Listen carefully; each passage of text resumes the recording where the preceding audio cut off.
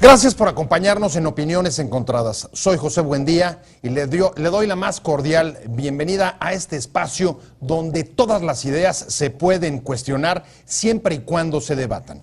Hoy vamos a discutir sobre un tema que nos afecta a todos. Un fantasma recorre la economía mexicana y es el fantasma de la recesión. El bache económico que está atravesando la economía del país puede convertirse en una depresión luego de que nuevamente se han revisado las estimaciones de crecimiento. Pero antes de entrar a la discusión, al debate sobre este tema, acompáñenme a ver este pequeño reportaje que trata de dar un contexto e información adicional para entrar directamente al análisis y al debate con nuestros dos invitados que ya tienen sus argumentos preparados. ¿La economía mexicana está o no en recesión? Las secuelas del desastre que dejó el paso de los fenómenos ciclónicos Ingrid y Manuel han comenzado a reflejarse en la economía del país. Las pérdidas ocasionadas por las lluvias e inundaciones se traducen en una nueva reducción de las estimaciones de crecimiento para el tercer trimestre del año, aun cuando todavía se desconoce la magnitud de la tragedia. El efecto sobre la tasa anual de crecimiento, de acuerdo con la Secretaría de Hacienda, será de una disminución de 0.1 puntos porcentuales. El impacto sobre el crecimiento es reducido, pero esta es la tercera vez que las autoridades ajustan a la baja las estimaciones de crecimiento, hasta dejarlo en menos de la mitad del pronóstico que había al iniciar el año. Las expectativas de crecimiento se han recortado desde un 3.5% hasta un pobre 1.7% actual, según la versión oficial, por el bajo crecimiento económico mundial, menos días de labores en el primer semestre y ahora los desastres naturales. El anuncio sobre la nueva disminución del crecimiento se enmarca en el debate sobre si la economía mexicana está o no en recesión. El Banco de México y diversas instituciones financieras privadas también han rebajado las expectativas de crecimiento en varias oportunidades en lo que va del año. Ahora, el INEGI alertó que el bache económico está a punto de dar paso a una recesión. Desde el gobierno se rechaza este diagnóstico y el secretario de Hacienda, Luis Videgaray, afirma que la economía mexicana crece, aunque admite que a un ritmo menor a lo previsto. Desde que el INEGI informó que el crecimiento en el primer trimestre apenas alcanzó un raquítico 0.8%, la economía mexicana no ha logrado salir del estancamiento. La discusión tiene implicaciones más allá de la definición técnica sobre el momento en que inicia una recesión. La controversia tiene una vertiente política porque la oposición calderonista del PAN en el Senado objeta subir impuestos con una reforma hacendaria si el país está en recesión. También desde otras tribunas políticas se señala que elevar la carga tributaria podría incluso agravar la recesión.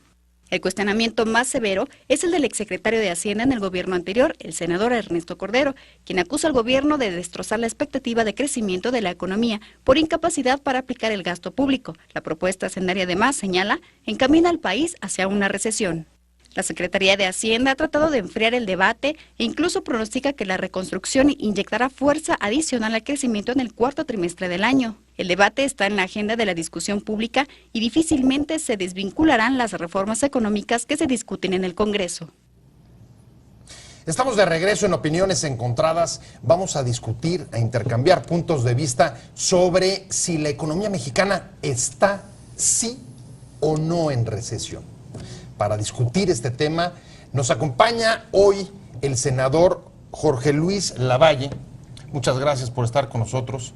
Al contrario, muchas gracias por la invitación, buenas noches y un saludo a todo tu auditorio. Él es del Partido Acción Nacional en el Senado y nos acompaña también Francisco Lelo de la Rea, ustedes ya lo conocen, ha estado en este espacio. Él es subdirector de investigaciones del Centro de Estudios del Sector Privado. Paco, muchas gracias por haber aceptado y por haber venido. Con gusto. Vamos, si les parece, directamente a entrar en materia, porque además ha sido un día bastante movido en el Senado con este tema precisamente. Y, senador, ¿estamos o no estamos en una recesión? Bueno, aquí, pues bueno, eso lo sabremos a ciencia cierta a finales de este año. Sin embargo, pues aquí es un tema de expectativas, es un tema también de confianza. Este país, y ahorita pues que traías a colación el tema del Senado, pues las reformas estructurales que estamos ahorita debatiendo, precisamente el objetivo principal que buscan es generar confianza, confianza de la sociedad, confianza de los mercados, confianza de los diferentes inversionistas, tanto nacionales como extranjeros, para que arriesguen y pongan su capital por delante para precisamente apostarle a México. Hoy por hoy vemos también pues de diferentes medidas y políticas públicas que está tomando el gobierno federal, que bueno, pues nos deja deja mucho que desear. Vemos un comportamiento de las políticas públicas, de las políticas económicas, pues realmente lento.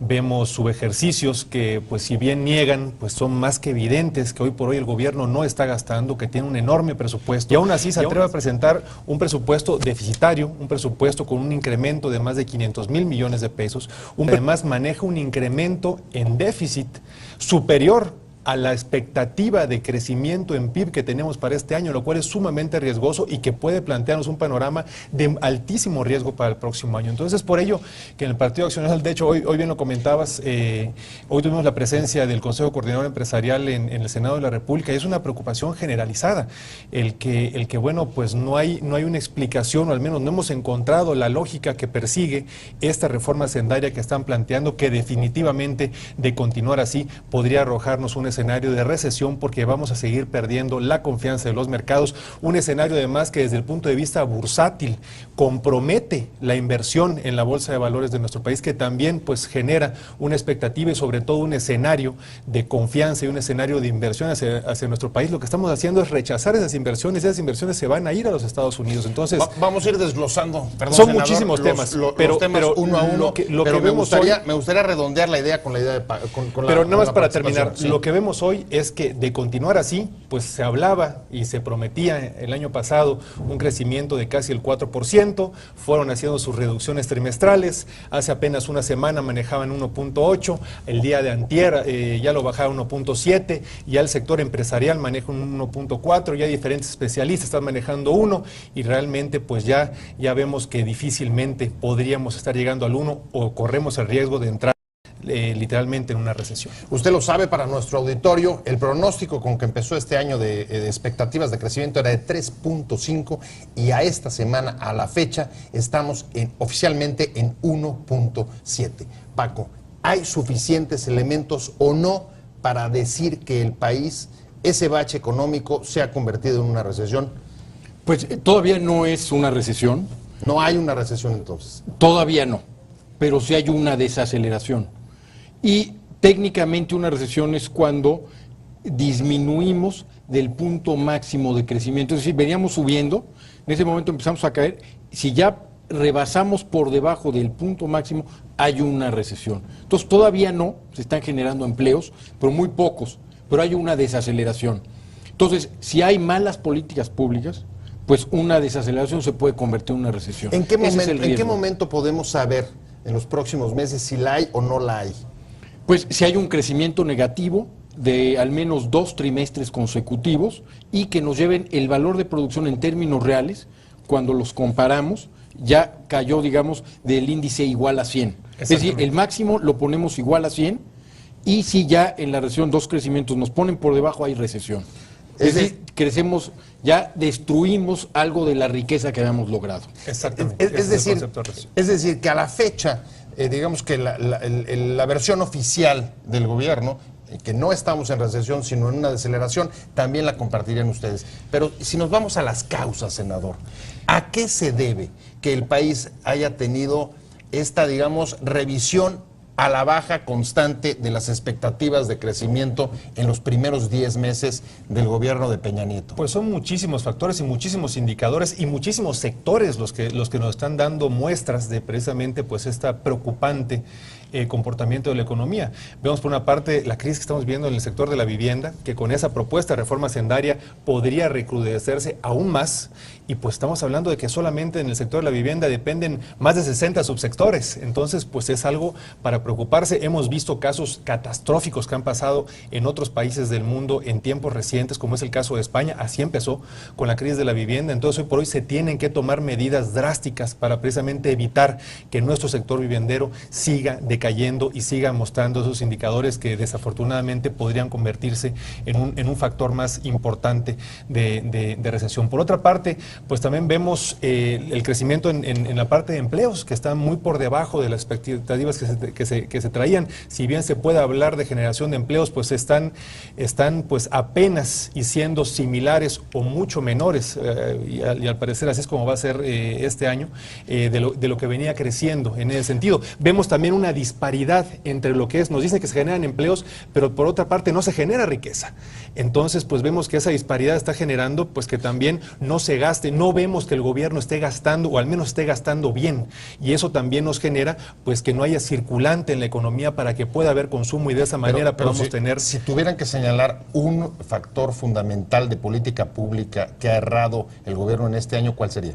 Pues yo creo que es la combinación de todos, es la combinación de no estar aplicando más bien políticas adecuadas. Se habla también de tomar políticas como las que tomaban en 2009, anticíclicas. No es la misma situación, no estamos hablando de factores exógenos aquí, de factores externos a nuestro país, son factores internos como los que veíamos en las crisis de los 80s, en las crisis de los 90s, las cuales fueron causadas debido a malas políticas públicas dentro del país. Entonces es lo que se tiene que corregir el camino, particularmente un tema fundamental para que pueda cambiar el desempeño económico en nuestro país, es corregir esa reforma hacendaria que es totalmente pues pro una recesión, porque no está generando crecimiento, no está impulsando la formalidad, no está impulsando la generación de empleo, y definitivamente el sector empresarial es el que genera riqueza en este país, y hoy no vemos que ellos se vayan a ver beneficiados o al menos motivados con una reforma de esta naturaleza. Paco, ¿es un asunto interno, de factores internos, y es errores de política económica, o es externo?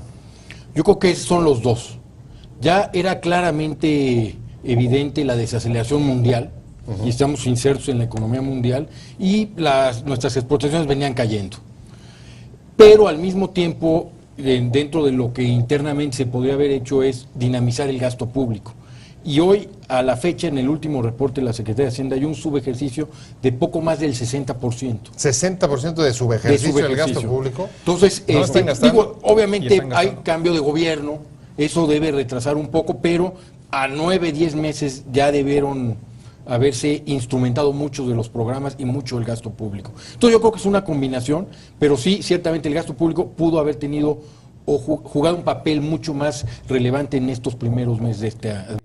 Senador, ¿cuáles son las expectativas de crecimiento y qué tendría que haber, habida cuenta de que hoy la cúpula empresarial estuvo en el Senado y hasta donde tenemos información hicieron una crítica muy fuerte a la reforma fiscal, una de las más importantes de las estructurales que ha preparado el gobierno y que plantea sacarla durante esta legislatura, y sobre todo pues con el propósito de que sea lo que active o reactive el crecimiento del país.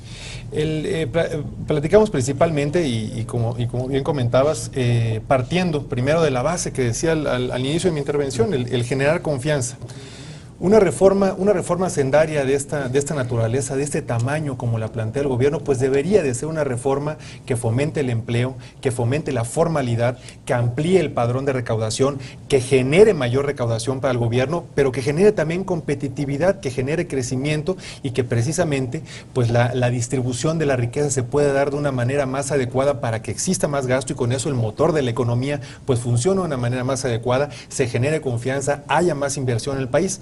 Esta reforma va exactamente en contra de todo, le pega prácticamente a todos los sectores formalmente organizados, al sector de la vivienda, a los organismos empresariales, a las cámaras de ingenieros, de arquitectos, de contadores, de aduaneros, vaya, podemos dar toda una serie de temas. Y lo más preocupante es el proponer una reforma o un presupuesto deficitario, como el que veíamos en los 80s, en los 90s, donde pues la capacidad que teníamos en este país para perder el poder adquisitivo de los salarios de los mexicanos cambiaba ni siquiera un año a otro, a veces de un mes a otro, donde no teníamos absolutamente ninguna expectativa, donde realmente nuestra economía pues colgaba de alfileres. Eso es a lo que no queremos caer y precisamente por eso es la solicitud que le hicimos, particularmente el senador Cordero al secretario Videgaray la semana pasada en el Pleno, de dar un paso atrás, de revisar muy bien esa reforma hacendaria y de realmente corregir el rumbo. No puede salir con una propuesta deficitaria que además pues nos plantean que es de 1.4% del PIB, sí, pero es en gasto corriente. Y de entrada, tú no puedes pedirle a los padres de familia, a toda la sociedad, que se apriete el cinturón, que pague más impuestos para que el gobierno gaste más. Se tienen que apretar el cinturón todos. Y el gobierno no está planteando reducir un centavo, al contrario, se quieren gastar 500,000 millones de pesos más. Por otra parte, pues también tienes el hecho de que si consideramos la deuda total con las obligaciones, con el resto país, con lo que se va a generar de inversión, pues estamos hablando de cerca de 1.4, de casi 4 puntos del PIB, lo cual llega a ascender a poco menos de 700,000 millones de pesos. Si tú manejas un presupuesto deficitario, que además ese déficit probablemente sea mayor a la expectativa de crecimiento que tienes, pues vas a perder poder adquisitivo y realmente vas a perder la estabilidad económica que tantos años nos ha costado ganar en este país, que es lo que ha generado confianza y que es lo que ha generado que hoy por hoy tengamos unas reservas muy amplias que nos dan estabilidad y que nos permiten el poder tener expectativas de crecimiento. Entonces, si se cambia eso, pues realmente se cambia uno de los grandes logros que hemos tenido como mexicanos en los últimos años. Ahora, Paco, desde la crisis global de 2009, las principales potencias, Estados Unidos, Europa, han salido de la recesión a través de fuertes estímulos de gasto del sector público y otra clase de instrumentos fiscales. ¿No es necesario, en efecto, tener un incremento de gasto público para reactivar la economía? Sí, sin duda, cuando tienes un justificante importante. Y la crisis del 2009 fue única. Yo creo que ha sido la peor crisis desde el 29. Así no había habido una crisis tan factores profunda. Externos, además, a nuestro país. Pero los países que logran hacer programas anticíclicos también tienen bases estables de tributación. Es decir, sus fuentes de ingresos dependen de fuentes estables. Exacto. Y en México, eso es de lo que carece nuestro país, de una fuente estable de financiamiento a través de impuestos. Tenemos al 60% de los trabajadores en la informalidad y por eso el gobierno depende en 35-40% de sus ingresos del petróleo. Entonces no tenemos fuentes de financiamiento a través de impuestos estables ni amplias. Entonces parte del problema de la propuesta es que no se amplía la base de contribuyentes. Hay esfuerzos por formalizar, pero creo que son insuficientes. Se ha comentado que el IVA es una fuente importante que usan los países europeos, además como fuente de tributación importante, porque es una manera en que todos paguen, aunque sea ciertos impuestos, y contribuyan al Estado. Pero tu consumo, ¿no? A través del consumo. Ahora, ahí lo que me preocupa es si no estamos un poco en círculos viciosos o digamos el pez que se muerde la cola. Las reformas estructurales, por ejemplo la hacendaria, que el PAN ha tratado de impulsar los últimos 2 gobiernos que estuvo en el poder, justamente es para construir esas bases estables de tributación. Entonces, si no se consigue una y tampoco la otra, entonces es más fácil que no se admitan esta clase de recursos extraordinarios como el gasto público. ¿No estarían jugando un poco, senador, a lo que el PRI jugó durante los 2 sexenios anteriores? No, de hecho el PAN siempre presentó, y aquí hay que ver los ejemplos con las incongruencias que pueden estar formando parte de una reforma de esta naturaleza. Por ejemplo, nos dicen en el papel, nos dicen en el discurso, a ver, es una reforma que va a generar crecimiento económico, pero le pegan directamente al sector empresarial, que son los que generan crecimiento económico. Le va a pegar a la informalidad y eliminan los pocos mecanismos de control de la informalidad que teníamos, como es el impuesto en depósitos en efectivo, por ejemplo, como es el IETU, que no es un impuesto adicional, es un mecanismo de control para los que evaden el ISR, precisamente también paguen sobre bases justas y sobre bases acordes a la actividad económica que tengan. Entonces aquí lo que estamos buscando es que pague más gente, no de que paguen siempre los mismos más, porque precisamente es lo que está acabando de manera pues paulatina con la pues tan dañada clase media que este país que ha sostenido este país durante tantos años. Necesitamos urgentemente ampliar el padrón de contribuyentes. Esa es una de las banderas que tanto peleó el PAN y que precisamente estaba y siempre hemos estado conformes a absorber ese tipo de costos políticos, pero hoy por hoy pues vemos una reforma tibia, una reforma pues más abocada pues a temas pues de carácter populista, porque por otra parte pues nos dicen que van a recaudar más impuestos, que van a cargar más la mano, por ejemplo, para generar un seguro de desempleo. A ver, que no nos traten de confundir con esas cosas. Una de las claves también muy importantes de las reformas es saberlas comunicar, que no nos vengan a decir que cobrándole más a la clase media o cobrándole a los más ricos, entre comillas, porque también hay que dejar muy claro que no le están haciendo pagar a los más ricos, porque los más ricos pues no pagan una hipoteca, no pagan renta, sus hijos pues realmente van a escuelas hasta de fuera del país. Entonces, pero las grandes empresas que nos vengan a decir horas.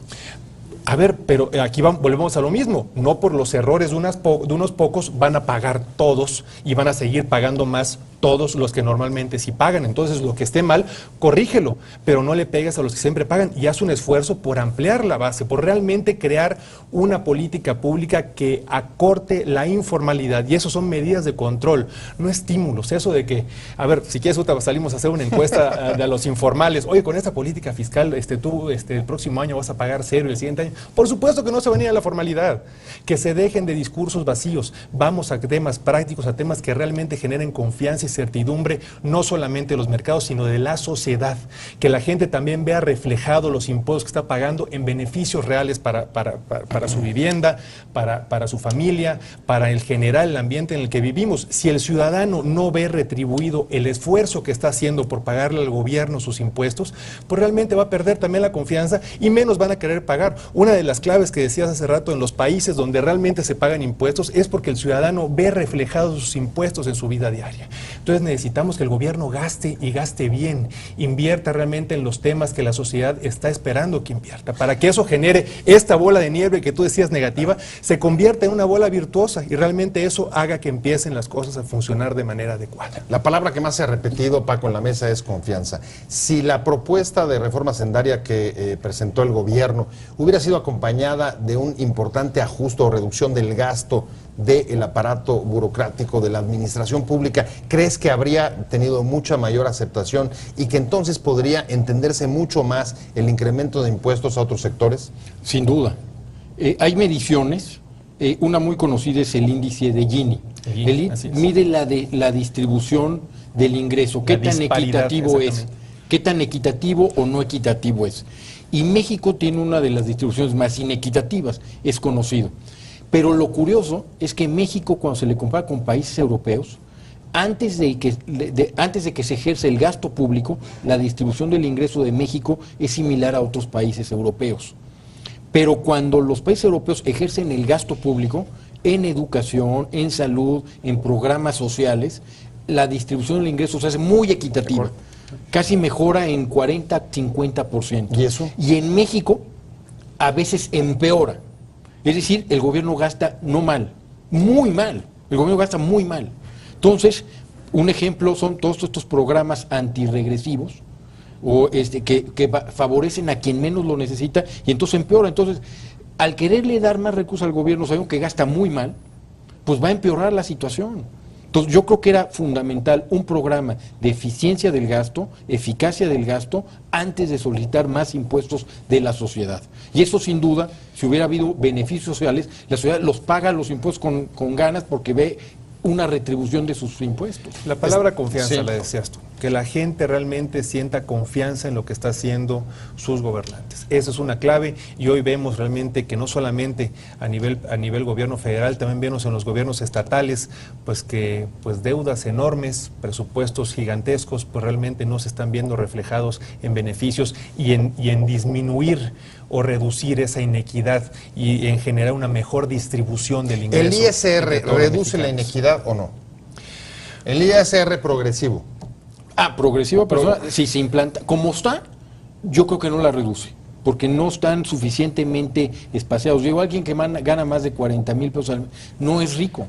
Exactamente, no puedes comparar a un trabajador que gana 41,667 pesos al mes con Carlos Slim y salir a decir que él va a pagar y va más a pagar porque la es rico. misma tasa. Y va a pagar la misma ese tasa. que gana 40 va a pagar la Esas misma son las tasa. inconsistencias gravísimas que tiene esta reforma. Una Pues, de tantas. se nos agotó el tiempo. Les agradezco mucho a los dos que hayan querido y aceptado venir a esta discusión, a este intercambio de ideas. Senador Lavalle, muchas gracias. Paco, Lalo de la Vega, muchas gracias por estar con nosotros. Y sobre todo, gracias a usted por habernos acompañado en Opiniones Encontradas. Nos vemos mañana a esta misma hora y recuerde que solamente a través del contraste de posiciones es como se forma la opinión pública. Gracias.